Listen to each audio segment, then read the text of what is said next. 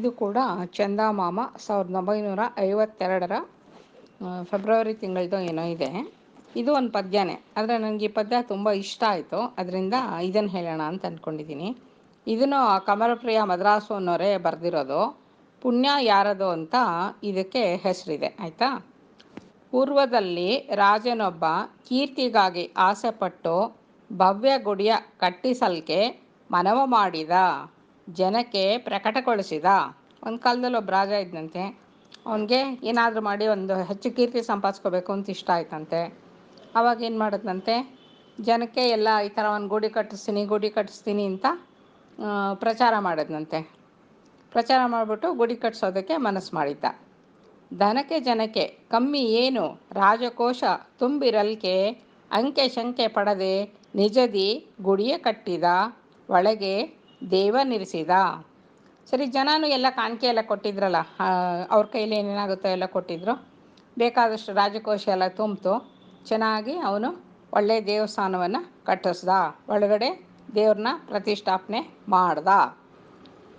ಅತ್ಯಪೂರ್ವ ಕುಶಲ ಕಾರ್ಯ, ಎತ್ತಿ ನಿಂತ ಭವ್ಯ ಶಿಖರ, ಸುತ್ತ ಗೋಡೆ ಎಲ್ಲ ಮೆಚ್ಚಿ ಜನವು ಪೊಗಳಿತು, ಎಲ್ಲೆಲ್ಲೂ ಹರ್ಷ ಮೂಡಿತು. ದೇವಸ್ಥಾನದ ಉದ್ಘಾಟನೆ ಆಯಿತು.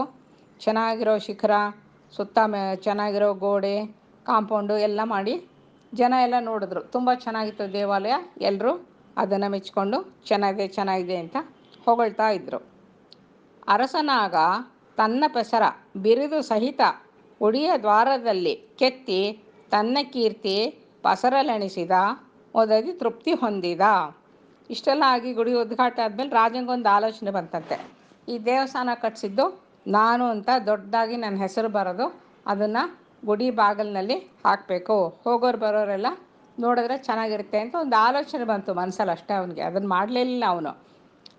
ಆಲೋಚನೆ ಬಂತು, ಇದನ್ನು ನಾನು ಯಾಕೆ ಉಪಯೋಗಿಸ್ಕೊಂಡು ಕೀರ್ತಿ ಸಂಪಾದಿಸ್ಕೋಬೇಕು, ಹೆಸರನ್ನು ಹಾಕಿಸ್ಕೋಬೇಕು ಅಂತ. ಉತ್ಸವಾದಿ ಸಂಬರದಿ ದಣಿತು ರಾಜ ನಿದ್ರೆಗೈಯೇ, ಕನಸಿನಲ್ಲಿ ರಾಜನಾಮ ಅಳಿದು ಹೋಯಿತು, ವನಿತೆ ನಾಮ ಮೂಡಿತು. ರಾಜ ಎಲ್ಲ ಉತ್ಸವದಲ್ಲಿ ಭಾಗವಹಿಸಿ ಆಯಾಸ ಆಗಿತ್ತಲ್ಲ, ಮಲ್ಕೊಂಡು ನಿದ್ದೆ ಮಾಡ್ದ. ಹಂಗೆ ಅಂದ್ಕೊಂಡು ಮನಸ್ಸಲ್ಲಿ ನಿದ್ದೆ ಮಾಡ್ದ, ಗುಡಿ ಮುಂದೆ ನನ್ನ ಹೆಸರು ಹಾಕ್ಸ್ಕೊಂಡು ಎಷ್ಟು ಚೆನ್ನಾಗಿರುತ್ತೆ ಅಂತ. ಆ ಕನಸಲ್ಲಿ ಅದೇ ದೇವಸ್ಥಾನ ಬಂತು, ಆದರೆ ಅವನ ಹೆಸರು ಅಲ್ಲಿ ಇರಲೇ ಇಲ್ಲ. ಯಾರೋ ಒಬ್ಬಳು ಹೆಂಗಸಿನ ಹೆಸರು, ಒಬ್ಬ ಹೆಂಗಸಿನ ಹೆಸರು ಅದರಲ್ಲಿ ಕಾಣಿಸ್ಬಿಡ್ತು. ಇಲ್ಲೇನು ಬ್ಯೂಟಿ ಅಂದರೆ, ಅವ್ರು ಯಾರು ಅಂತ ಅವ್ರು ಹೇಳೋದೇ ಇಲ್ಲ, ಯಾರು ಬೇಕಾದ್ರೂ ಆಗಿರ್ಬೋದು ಆ ಹೆಂಗಸು.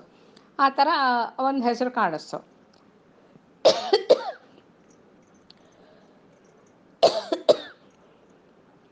ಬೆಚ್ಚಿಬಿದ್ದು ರಾಜನೆದ್ದು ಭಟರ ಕಳಹಿ ರಾಜ್ಯದೊಳಗೆ ಹುಡುಕಿ ಅಂತಹ ಹೆಸರಿನವಳ ತನ್ನೀರೆಂದನು, ಆಕೆ ನಾಮ ನುಡಿದನು. ರಾಜನಿಗೆ ಹೆಸರು ಕಾಣಿಸಿತ್ತಲ್ಲ, ಯಾರ ಹೆಸರು ಬೋರ್ಡ್ ಮೇಲೆ ಬರೆದಿತ್ತು ಅಂತ. ಆ ಹೆಸರಿನವರ ರಾಜ್ಯದಲ್ಲಿ ಹುಡುಕಿ ಎಲ್ಲಿದ್ರೇನು ಆ ಹೆಂಗಸು ಯಾರು ಅನ್ನೋದನ್ನು ಕಂಡುಹಿಡಿದು ಕರ್ಕೊಂಬಂದು ನನಗೆ ತೋರಿಸ್ಬೇಕು ಅಂತ ಆಕೆ ಹೆಸರನ್ನ ರಾಜಭಟ್ರಿಗೆ ಹೇಳ್ದ. ಕೆಲವು ದಿನದಿ ಹಲವು ಜಾಗ ಅಲೆದು ಓರ್ವ ಸಾಯುತ್ತಿದ್ದ ಮುದುಕಿಯನ್ನು ಭಟರು ಹಿಡಿದು ತೋರೆ ಬಂದರು. ಆ ಹೆಸರಿನವ್ರು ಯಾರಂತ ಭಟ್ರೆಲ್ಲ ಎಲ್ಲ ಕಡೆನೂ ಹುಡುಕಿ ಕೊನೆಗೆ ಒಬ್ಬಳು ವಯಸ್ಸಾಗಿರೋ ಮುದುಕಿ ಇದ್ಲಂತೆ. ಆ ಮುದುಕಿನ ಹಿಡ್ಕೊಂಬಂದು ರಾಜನಿಗೆ, ನೋಡಪ್ಪ ರಾಜ, ನೀನು ಹೇಳಿದ ಹೆಸರಿನವರು ಈಕೆನೇ ಅಂತ ತೋರಿಸಿದ್ರಂತೆ. ಆವಾಗ ರಾಜನ ಎದುರಿಗೆ ನಿಲ್ಲಿಸಿದ ತಕ್ಷಣ ರಾಜ ಈ ಥರ ಪ್ರಶ್ನೆ ಕೇಳ್ದ, ದೇವಗುಡಿಯ ನಿರ್ಮಿಸಲ್ಕೆ ನೀನು ಗೈದ ಕಾರ್ಯವೇನು, ಏಕೆ ನಿನ್ನ ನಾಮವು ಅಲ್ಲಿ ಕಾಣಬಂದಿತು? ಅಲ್ಲ, ನಾನು ಇಷ್ಟೆಲ್ಲ ಕಷ್ಟಪಟ್ಟು ಗುಡಿ ಕಟ್ಸ್ಕೊಂಡಿದ್ದೀನಿ ಅಂಥದ್ರಲ್ಲಿ ನಿನ್ನ ಹೆಸರು ಹೇಗೆ ಬಂತು, ಆ ದೇವಸ್ಥಾನದ ಗೋಡೆ ಮೇಲೆ ನಿನ್ನ ಹೆಸರು ಹೇಗೆ ಬಂತು ಅಂತ ಕೇಳ್ದ. ಮುಗ್ಧ ವೃದ್ಧೆ ನಡುಗಿ ನಿಂತು, ಎನ್ನೊಡೆಯ ನಾನರಿಯೆ, ಗುಡಿಯ ಕಲ್ಲು ಹೊರುವ ಪಶುಗೆ ಮೇವು ಹಾಕಿದೆ, ನೀರು ಕೊಟ್ಟೆನೆಂದಳು. ಆ ಮುಚ್ಚಿಗೇನು ಗೊತ್ತಿರಲಿಲ್ಲ ಪಾಪ. ಅವಳು ನಡ್ತಾ ರಾಜ ಕದ್ಮೇಲೆ ಭಯ ಆಗೋಗುತ್ತಲ್ಲ. ಅವಳು, ಮಹಾಸ್ವಾಮಿ ನನಗೇನು ಗೊತ್ತಿಲ್ಲ, ಈ ಗುಡಿ ಕಟ್ಟಬೇಕಾದ್ರೆ ಒಂದು ಗಾಡಿ ಇರುತ್ತಲ್ಲ, ಗಾಡಿಗೆ ಎತ್ತೆಲ್ಲ ಕಟ್ಟಿರ್ತಾರಲ್ವಾ, ಆ ಎತ್ತು ಕಲ್ಲೆಲ್ಲ ಹೊತ್ಕೊಂಬಂದು ಆ ಜಾಗಕ್ಕೆ ಹಾಕಿರುತ್ತೆ. ಆ ಜಾಗಕ್ಕೆ ಹಾಕಿದಾಗ ಅದರಿಂದ ಅವರು ಗುಡಿ ಕಟ್ಟಿರ್ತಾರೆ. ನಾನೇನು ಮಾಡಿದೆ ಅಂದರೆ, ಆ ಹಸು ಇತ್ತಲ್ಲ, ಆ ಹಸುಗೆ ನಾನು ಹುಲ್ಲು ನೀರು ಕೊಡ್ತಾಯಿದ್ದೆ, ಅಷ್ಟೇ ನಾನು ಮಾಡಿದ್ದು, ಇನ್ನೇನು ಮಾಡಿಲ್ಲ ಸ್ವಾಮಿ ಅಂತ ಅವಳು ಹೇಳಿದ್ದು. ಜನದ ಹಣ ಬೇಯಿಸಿ ನಾನು ಕೀರ್ತಿ ಬಯಸಿ ಸ್ವಾರ್ಥಿಯಾದೆ. ಆಕೆಯದೇ ನಿಸ್ವಾರ್ಥ ಸೇವೆ ಎಂದರಸ ನುಡಿದನು, ಆಕೆ ಪೆಸರ ಕೆತ್ತಿರೆಂದನು. ಆಮೇಲೆ ರಾಜಂಗೆ ಅವಾಗ ಜ್ಞಾನೋದಯ ಆಗುತ್ತೆ. ಅಲ್ಲ, ನಾನು ಎಲ್ಲರ ಹತ್ರನೂ ಕಾಣಿಕೆ ಇಸ್ಕೊಂಡು ರಾಜಕೋಶ ತುಂಬಿಸ್ಕೊಂಡು ಒಳ್ಳೆ ದೇವಸ್ಥಾನ ಮಾಡಿದೆ, ಆದರೆ ಆಕೆ ತನ್ನ ಸ್ವಂತದಿಂದ ತಾನೇ ಹುಲ್ಲು ನೀರೆಲ್ಲ ಕೊಟ್ಟಿರಬೇಕು. ಅದರಿಂದ ಅವಳದೇ ನಿಸ್ವಾರ್ಥ ಸೇವೆ.